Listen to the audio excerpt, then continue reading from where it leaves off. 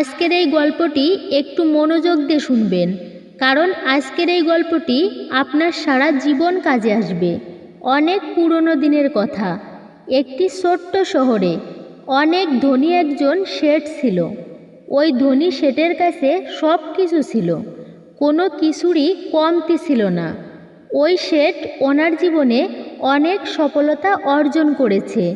যেই শহরে ওই শেঠজি ব্যবসা করার জন্য গেছে, সেখান থেকে সফল হয়ে ফিরেছে। ওই শেঠজি কখনোই জীবনে হেরে যায়নি।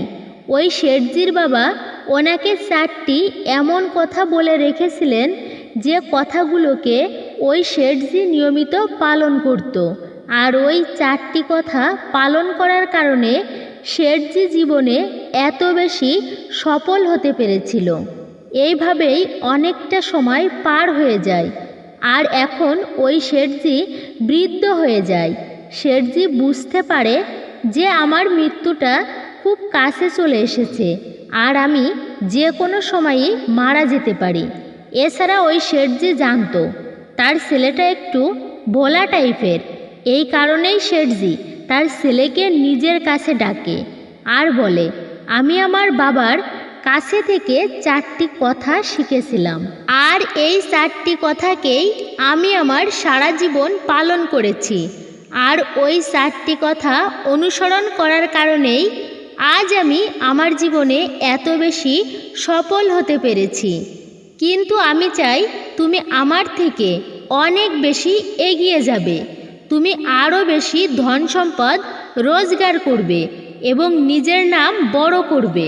আর আজ আমি তোমাকে এই পৃথিবীর 4টি গুরুত্বপূর্ণ কথা বলতে যাচ্ছি, যা আমাকে আমার বাবা বলেছিল। আর ওই কথাগুলোকেই পালন করেই আমি জীবনে এতটা সফল হতে পেরেছি।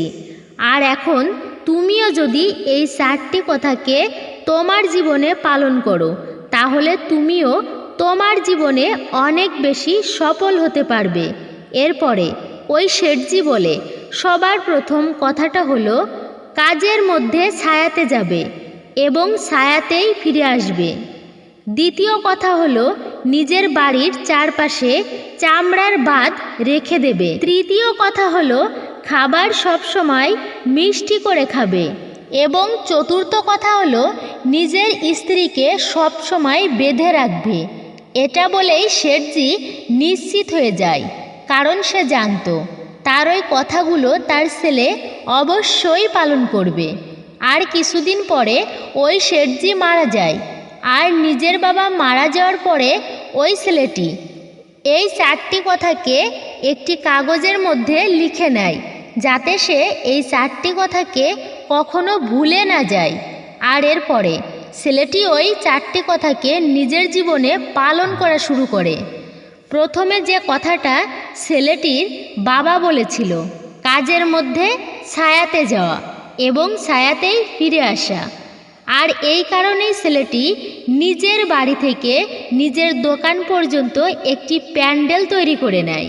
আর ওই ছেলেটির কাছে অনেক বেশি টাকা ছিল, আর তাকে কেউ আটকানোর মতোও ছিল না। আর যখনই ওই ছেলেটিকে কেউ জিজ্ঞেস করত যে তুমি এমনটা কেন করলে, তখন ওই ছেলেটি বলতো যে আমার বাবা আমাকে এমনটা করতে বলে গেছে।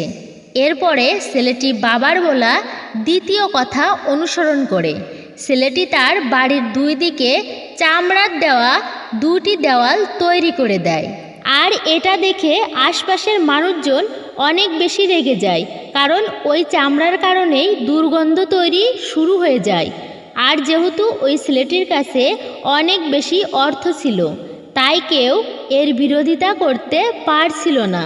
ছেলেটির বাবা তৃতীয় যে কথাটি বলেছিল, খাবার সবসময় মিষ্টি করে খেতে, এর কারণে ছেলেটি তার স্ত্রীকে প্রতিদিন খাবারের মধ্যে কিছু না কিছু মিষ্টি তৈরি করতে বলতো। ছেলেটির বাবা চতুর্থ যে কথাটি বলেছিল, নিজের স্ত্রীকে সবসময় বেঁধে রাখবে। এই কারণেই ওই ছেলেটি প্রতিদিন নিজের স্ত্রীকে দড়ি দিয়ে বেঁধে রাখত। এরপরে ছেলেটি দোকানে যেত।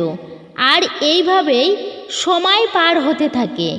আর ওই ছেলেটির জীবনটা ধীরে ধীরে নষ্ট হতে শুরু করে, কারণ ওই ছেলেটি তার বাবার বলা প্রত্যেকটি কথার ভুল অর্থ বার করেছিল আর সেই অনুযায়ী কথাগুলো পালন করছিল।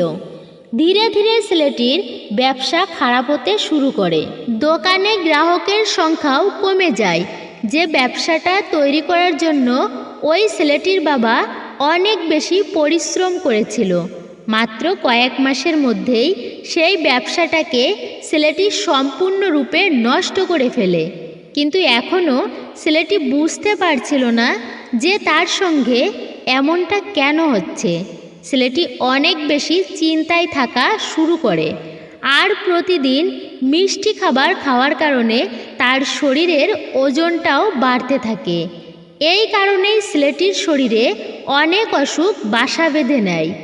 আর ছেলেটি তার স্ত্রীকে বাড়িতে বেঁধে রাখার কারণে তার স্ত্রী রাগ করে তাকে ছেড়ে চলে যায়। ছেলেটি তার স্ত্রীকে অনেক বোঝানোর চেষ্টা করে, কিন্তু কোনোভাবেই ওই ছেলেটির স্ত্রী রাজি হয়নি। দেখতে ওই ছেলেটির অবস্থা অনেক খারাপ হয়ে যায়। আর এখন না তার কাছে কোনো ব্যবসা ছিল, না অর্থ ছিল, না তার স্ত্রী ছিল, আর না তার কোনো প্রতিবেশী ছিল। এছাড়া তার শরীরও ভালো ছিল না। ছেলেটি বুঝতেই পারছিল না যে তার সঙ্গে এইসব কিছু কেন হচ্ছে। আর এরপর থেকে এই ছেলেটি মনে মনে তার বাবাকে দোষ দিতে থাকে আর বলে, বাবা, আপনি তো আমার সম্পূর্ণ জীবনটাই নষ্ট করে দিলেন। আপনার ওই 4টি কথা পালন করতে গিয়ে আজ আমি সর্বস্ব হারিয়ে ফেলেছি। এখন আমার কাছে না ব্যবসা আছে, না ধন সম্পদ আছে, না কোনো আত্মীয় স্বজন আছে, না আমার নিজের কাছে নিজের স্ত্রী আছে, এমনকি আমার শরীরও অনেক বেশি অসুস্থ। আপনার জন্যই আজ আমার সম্পূর্ণ জীবনটাই নষ্ট হয়ে গেছে। যদি আমি আপনার ওই 4টি কথাকে পালন না করতাম তাহলে হয়তো আমার জীবনটা আজ এমন হতো না। আর এটা ভেবেই ছেলেটি কান্না করা শুরু করে।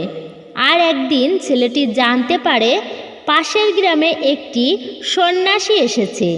আর ওই সন্ন্যাসী প্রত্যেক মানুষের সমস্যা সমাধান বলে দিতে পারে। সমস্যা যত বড়ই হোক না কেন, সন্ন্যাসী সেই সমস্যা সমাধান অবশ্যই বের করে দেয়। এটা শুনে ছেলেটি ভাবে, একবার ওই সন্ন্যাসীর সঙ্গে দেখা করি, হতে পারে আমিও আমার সমস্যার সমাধানটা ওই সন্ন্যাসীর কাছেই পেয়ে যাব। আর এই আশার সঙ্গেই ছেলেটি ওই সন্ন্যাসীর কাছে গিয়ে পৌঁছায়। আর সন্ন্যাসীর কাছে গিয়ে সন্ন্যাসীর পা ধরে জোরে জোরে কান্না করা শুরু করে আর বলে, গুরুজি, এখন আপনি আমাকে বাঁচাতে পারেন। আমার বাবা তো আমার সম্পূর্ণ জীবনটা নষ্ট করে দিয়েছে। আজ আমার যে পরিস্থিতি, এই সব কিছুই আমার বাবার কারণেই হয়েছে। আমার বাবা আমাকে যেমনটা বলেছিল আমি তেমনই করেছিলাম। আমি একটি ভালো ছেলের মতো বাবার প্রত্যেকটা কথাকে পালন করেছি। আর দেখুন আমার বাবা আমার সঙ্গে কি করেছে। উনি মারা যাবার আগেও আমাকে ভুল কথা শিখিয়ে গেছেন, আর তার পরিণামটা আমাকে আজ ভোগ করতে হচ্ছে। এরপরে ওই সন্ন্যাসী ছেলেটিকে বলে, সবার আগে তুমি চুপ করো এবং তোমার সমস্ত কথা আমাকে খুলে বলো। তোমার সঙ্গে কি হয়েছে? তুমি এভাবে কান্না কেন করছো? তোমার এই চিন্তার কারণটা কি? এরপরে ছেলেটি সেই কাগজটিকে গুরুজির হাতে দিয়ে দেয়, যে কাগজে ছেলেটির বাবার বলা 4টি কথা লিখে রেখেছিল। গুরুজি ওই কাগজটি খুলে পড়া শুরু করে আর ওই কাগজের লেখা কথাগুলো পড়া পড়ে জোরে জোরে হাসতে শুরু করে। আর ওই ছেলেটিকে বলে, তুমি এত বড় বোকা, তোমাকে তোমার বাবা এই পৃথিবীর সব থেকে অমূল্য জ্ঞান দিয়ে গেছে, কিন্তু তুমি এই জ্ঞানগুলোকে বুঝতে পারোনি। আবার তুমি বলছো তোমার বাবা তোমাকে ভুল রাস্তা দেখিয়েছে। তোমার বাবা তো তোমার পরীক্ষা নিচ্ছিল। যদি তিনি চাইতেন তাহলে এই সমস্ত কথাগুলোর অর্থ ভালোভাবেই তোমাকে বুঝিয়ে দিতে পারতেন, কিন্তু তিনি চেয়েছিলেন তুমি এই কথাগুলোর অর্থ নিজেই খুঁজে বের করো। আর আমি তোমার থেকে বড় বোকা আজ পর্যন্ত কাউকে দেখিনি। যার কাছে পৃথিবীর এত মূল্যবান জ্ঞান আছে, সে কিভাবে এতটা মূর্খ হতে পারে? যদি তুমি এই কথাগুলোর অর্থ বুঝতে, তাহলে তুমিও তোমার বাবার মতোই ধনী হতে, খুশিতে থাকতে এবং তোমার জীবনটা অনেক সুখের কাটত। কিন্তু তুমি এত বড় মূর্খ যে তুমি তোমার বাবার কথার ভুল অর্থ বের করেছো। আর এই কথার মধ্যে উনি তোমাকে যেটা বলেছে তুমি সেগুলো করা শুরু করে দিয়েছো। যদি তুমি এই কথাগুলোর অর্থ বুঝতে পারছিলে না, তাহলে তুমি কোনো জ্ঞানী মানুষকে জিজ্ঞাসা করতে পারতে। কোনো একটি জ্ঞানী মানুষের কাছে থেকে এই কথাগুলোর অর্থ জানতে পারতে। এরপরে ছেলেটি বলে, গুরুজি, আপনি কি বলতে চাইছেন আমি কি আমার বাবার কথাগুলোকে সঠিকভাবে বুঝতে পারিনি? যদিও এই কথাগুলোর মধ্যে বোঝার কি আছে, কারণ উনি তো সব কিছুই পরিষ্কারভাবেই বলেছেন, আর আমি সেই কথাগুলোকে সেভাবেই পালন করেছি। তাহলে এখানে আমি ভুল কি করলাম? এরপরে গুরুজি বলে, এখানে যে কথাগুলো বলা হয়েছে এই কথার পিছনে একটি গভীর অর্থ আছে, যে অর্থগুলো তুমি বুঝতে পারোনি। এই কারণেই তোমার জীবনটা আজ এমন হয়ে গেছে। কিন্তু এখনও সব কিছু শেষ হয়ে যায়নি। তোমার কাছে এখনও সময় আছে। তুমি চাও আজ থেকে পরিশ্রম করে পুনরায় তুমি তোমার জীবনটাকে পরিবর্তন করতে পারবে। এরপরে ছেলেটি বলে, ঠিক আছে গুরুজি, দয়া করে আপনি আমাকে এই 4টি কথার অর্থ বুঝিয়ে দিন। এরপরে গুরুজি বলে, তোমার বাবা তোমাকে বলেছিল কাজে ছায়াতে যাবে এবং ছায়াতে ফিরবে। এর অর্থ হলো তোমাকে সূর্য ওঠার আগেই দোকানে পৌঁছে যেতে হবে এবং সূর্য ডোবার পরে তোমাকে বাড়ি ফিরে আসতে হবে, যাতে তুমি দোকানে বেশি সময় দিতে পারো, যাতে তোমার ব্যবসাটা আরও বড় হতে পারে। কিন্তু তুমি তো এই কথাটির ভুল অর্থ বুঝেছো। তুমি তো তোমার বাড়ি থেকে শুরু করে দোকান পর্যন্ত একটি প্যান্ডেল তৈরি করে দিয়েছো, যাতে তুমি ছায়ার মধ্যে আসতে পারো এবং ছায়ার মধ্যে যেতে পারো। এখন তুমিই বলো, তুমি কি তোমার বাবার ওই কথাটির সঠিক অর্থ বুঝতে পেরেছিলে? এটা শোনার পরে ছেলেটি জোরে জোরে কান্না করা শুরু করে। আর ছেলেটি বলে, গুরুজি, আমারই ভুল ছিল। আমি আমার বাবার এই কথাগুলির ভুল অর্থ বের করেছি, আর এই কারণেই আজ আমি শেষ হয়ে গেছি। আমি সত্যি অনেক মূর্খ। আমার বাবা আমাকে অনেক মূল্যবান জ্ঞান দিয়েছিলেন, কিন্তু আমি সেটা বুঝতে পারিনি। এরপরে গুরুজি দ্বিতীয় কথার অর্থটা বোঝাতে গিয়ে বলে, চামড়ার বাদ দেওয়ার অর্থ হলো তুমি তোমার বাড়িতে কুকুর অথবা বিড়াল পুষে রাখবে, কারণ এগুলো তোমার বাড়িকে চারিদিক থেকে রক্ষা করবে, যার কারণে তোমার বাড়িতে রাখা সম্পদ সুরক্ষিত থাকবে আর তুমি নিশ্চিন্তে দোকানে কাজ করতে পারবে। কিন্তু তুমি এই কথার অর্থ কি বুঝেছো? তুমি তোমার বাড়ির দুটো দেওয়ালকে চামড়া দিয়ে ঘিরে দিয়েছো, যে কারণে চারিদিকে দুর্গন্ধে তোমার প্রতিবেশীরাও নিজের বাড়ি ছেড়ে অন্য কোথাও চলে গেছে। এরপরে গুরুজির তৃতীয় কথার অর্থ বোঝাতে গিয়ে বলে, মিষ্টি করে খাবার খাওয়ার অর্থ হলো যখন তোমার অনেক বেশি খিদে পাবে তখনই কেবল তুমি খাবার খাবে, তার আগেও খাবে না, তার পরেও খাবে না। যদি তোমার খিদে না থাকে আর তুমি যদি তখন কিছু খাও, তাহলে তুমি কখনোই ওই খাবারের গুরুত্বটা বুঝতে পারবে না। ওই খাবারটা কখনোই তোমার মিষ্টি মনে হবে না। ওই খাবার যত ভালোই হোক না কেন, তুমি ওই খাবারের গুরুত্বটা কখনোই বুঝতে পারবে না। কিন্তু যখন তোমার অনেক বেশি খিদে পাবে, সেই সময় যদি তোমাকে শুকনো রুটিও দেওয়া হয়, তাহলেও সেই খাবারটা অমৃত থেকে কিছু কম মনে হবে না। সেটাকে তুমি অনেক ভালোবেসে খাবে, আর ওই খাবারটা তখন তোমার মিষ্টি মনে হবে। আর এই কারণেই তোমার বাবা বলেছিল খাবার মিষ্টি করে খাবে, যাতে তোমার স্বাস্থ্য ভালো থাকবে। কিন্তু তুমি এই কথাটার ভুল অর্থ বের করেছো, আর তুমি রোজ মিষ্টি খাবার খাওয়া শুরু করেছো, যে কারণে তোমার ওজনটা বেড়ে গেছে।